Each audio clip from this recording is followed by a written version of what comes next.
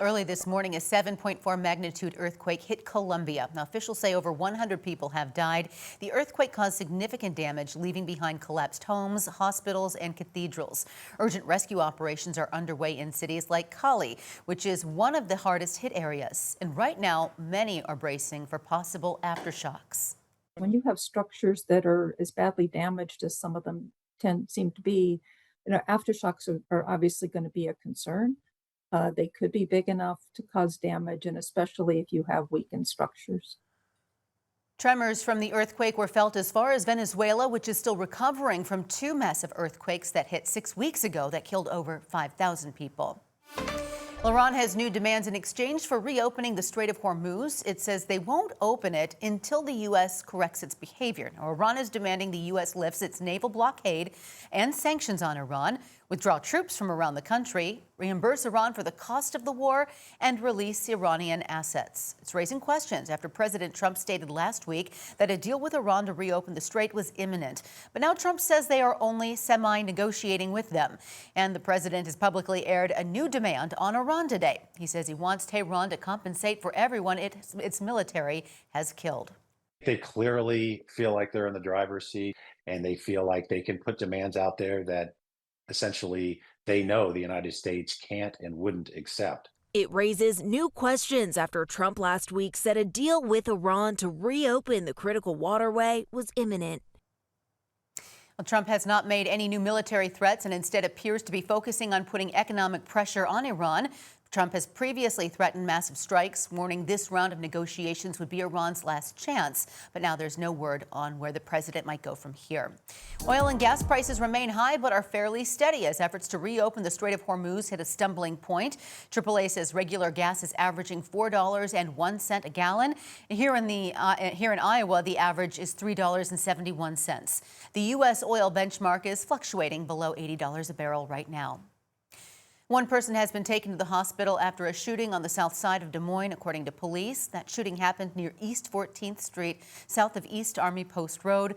Investigators were unable to locate a suspect, but Sergeant Paul Parizek with Des Moines Police says the shooting was isolated to the people involved. We'll have more on this situation as more information comes out.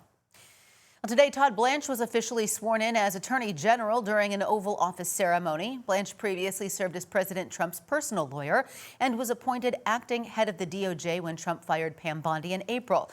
The Senate narrowly confirmed Blanche's appointment by a 50-49 vote on Saturday.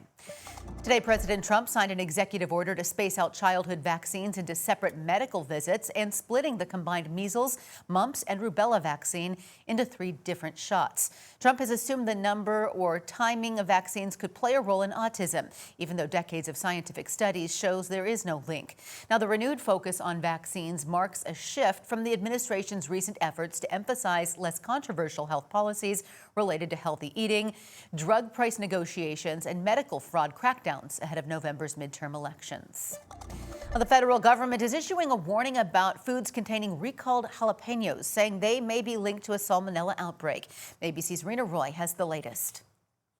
More products containing jalapenos are being pulled from grocery store shelves and restaurant menus across the U.S. as health officials investigate a growing Salmonella outbreak. The Agriculture Department now says 18 meat and poultry products like wraps, burritos, enchiladas, and salads could contain potentially tainted jalapenos.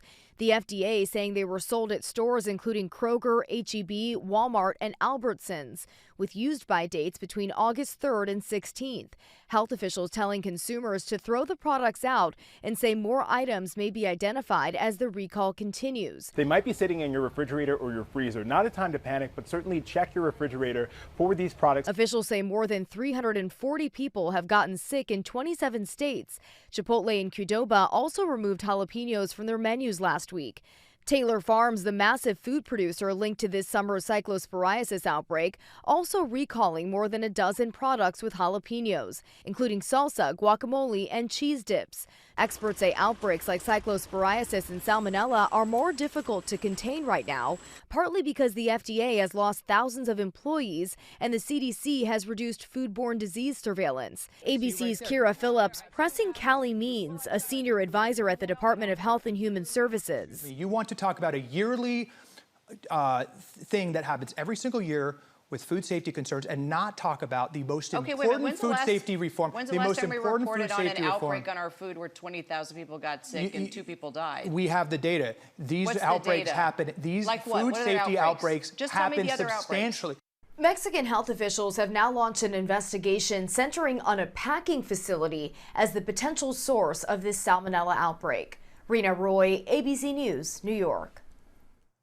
The Food and Drug Administration wants food manufacturers to provide better information about the ingredients they use. Right now, they do not have to notify the FDA about additives that are generally recognized as safe. But a newly proposed plan will require them to. Health Secretary Robert F. Kennedy praised the plan as he leads an effort to crack down on ultra-processed foods.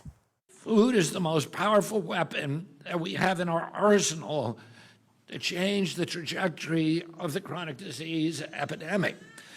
Parents should not need a chemistry degree to understand what their children are eating. Americans deserve real transparency. They deserve real food. Multiple federal agencies are currently working to develop framework for what qualifies as ultra-processed. The union representing TSA workers is suing the agency for a lack of transparency about the expansion of a new airport security program. The program, called Gold Plus, allows for partnerships with for-profit companies. The American Federation of Government Employees, that represents about 47,000 TSA workers at over 400 U.S. airports, seeks records connected to the new program. The lawsuit alleges TSA pushed the partnership secretly without required disclosures. The union says it's concerned about how privatized airport screening will affect public safety and TSA officers' job security.